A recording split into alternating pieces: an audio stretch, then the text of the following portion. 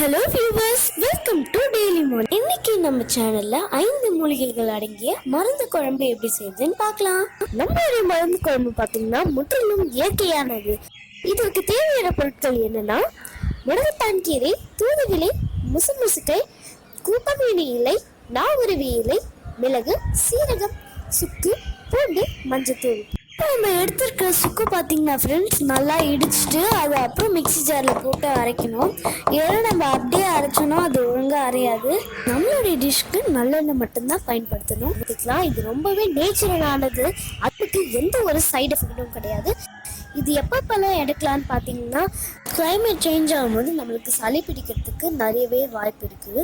அந்த டைமில் வருமுன் காக்க நம்ம எடுத்துக்கொள்ள வேண்டிய ஒரு உணவாகிய மருந்து தான் இந்த மருந்து குழம்பு.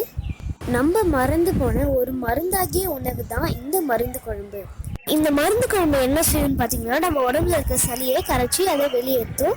அது மட்டும் இல்லாமல் நம்ம உடலில் இருக்கக்கூடிய அழுக்குகளையும் வேலை மூலமா வெளியேற்றும்.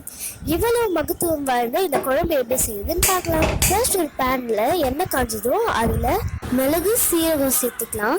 நம்ம ஏன் மிளகு சீரகம் சேர்த்துக்கிறோம்னு பார்த்தீங்கன்னா அது நம்மளோட ஜீரண சக்தியை அதிகரிக்கிறதுக்கு தான். ஒரு முழு பூண்டு சேர்த்துக்கிட்டு அதை வாசனை வர வரைக்கும் நல்லா வதக்கிடலாம். இப்போ அது கூட முடக்கத்தான் கீரை சேர்த்து அது நல்லா வதக்கிடலாம். இப்போ அது வதங்கினது அதில் தூதுவளை சேர்த்துக்கிட்டு நல்லா வதக்கிடலாம். தூதுவளை நல்லா வதங்கினதும் அதில் நாவுருவி மற்றும் குப்பைமேனி சேர்த்துக்கலாம். இப்போ இதை நல்லா வதக்கிக்கலாம் ஃப்ரெண்ட்ஸ். இப்போ நம்ம இதில் முசுமுசுக்கை சேர்த்துட்டு இது நல்லா வதக்கிக்கலாம். இப்போ இது நல்லா வதங்கிடுச்சு. இப்போ நம்ம இதை நல்லா ஆற வச்சு ஒரு ஃபைன் பேஸ்ட்டை அரைச்சி எடுத்து வச்சுக்கலாம். இந்த மூலிகைகள் அரைக்கும் போது நம்ம அரைச்சி வச்சுருக்க சுக்கு சேர்த்துக்கலாம். இப்போ நம்மளுடைய மூலிகை பேஸ்ட் தயார். ஒரு பேன் நல்லா காஞ்சதும் அதில் 2 டேபிள் ஸ்பூன் அளவுக்கு நல்லெண்ணெய் சேர்த்துக்கலாம். எண்ணெய் நல்லா காஞ்சதும் அதில் கடுகு சேர்த்துக்கலாம். கடுகு நல்லா பொரியுது. இப்போ கடுகு நல்லா பொரிஞ்சதும் சீரகம் சேர்த்துக்கலாம். சீரகம் நல்லா பொரிஞ்சதும் இப்போ நம்ம அதில் புளி கரைசலை சேர்த்துக்கிறோம். இப்போ நம்ம அதில் 4 டேபிள் ஸ்பூன் அளவுக்கு குழம்பு மிளகாய் தூள் சேர்த்துக்கலாம். மஞ்சத்தூளுக்கு பார்த்தீங்கன்னா இயற்கையாகவே கிருமிகளை கொல்லக்கூடிய சக்தி இருக்குது. அதனால இதை நம்ம டிஷ்ஷில் சேர்த்துக்கிறோம்.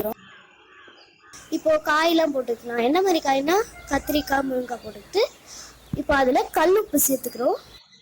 நம்ம மருந்து குழம்புல குளிர்ச்சியான காய்கறிகள் எதுவும் சேர்த்துக்கூடாது. வாய்வு பிரச்சனைகளை உண்டாக்கக்கூடிய காய்கறிகளை இந்த குழம்புல சேர்த்துக்கிறத தவிர்க்கணும்.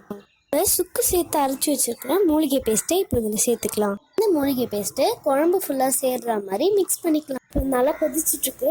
இது நல்லா கொதிச்சதும் இது நம்ம ஒரு பவுலில் ட்ரான்ஸ்ஃபர் பண்ணி சர்வ் பண்ணலாம். இது சாதத்தோடு சாப்பிட்றது ரொம்ப நல்லது.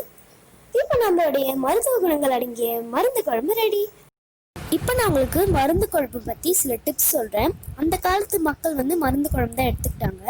அதனால அவங்களுக்கு சளி ஜுரத்துலேருந்து அவங்க விடுபட்டாங்க. நம்மளுடைய மருந்து குழம்புல நம்ம சேர்த்துருக்கிற எல்லா மூலிகைகளுக்கும் சளியை குணப்படுத்தக்கூடிய சக்தி இருக்குது.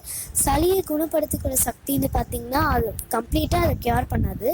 ஆனால் அது வராமல் தடுக்கிறதுக்கு உதவி செய்யும். இந்த மருந்து குழம்பு நம்ம வாரம் ஒரு தடவை எடுத்துக்கலாம். இந்த மருந்து குழம்பு பகல் நேரத்தில் சாதத்தோடு போட்டு சாப்பிட்றது ரொம்ப நல்லது. நம்ம மறந்து போன இந்த மருந்தை மீண்டும் பயன்படுத்தி ஆரோக்கியமாக வாழலாம். இந்த குழம்புல வெங்காயம், தக்காளி சேர்க்கக்கூடாது. நம்மளுடைய உணவாகிய மருந்து குழம்புல அவரைக்காயும் சேர்த்துக்கலாம்.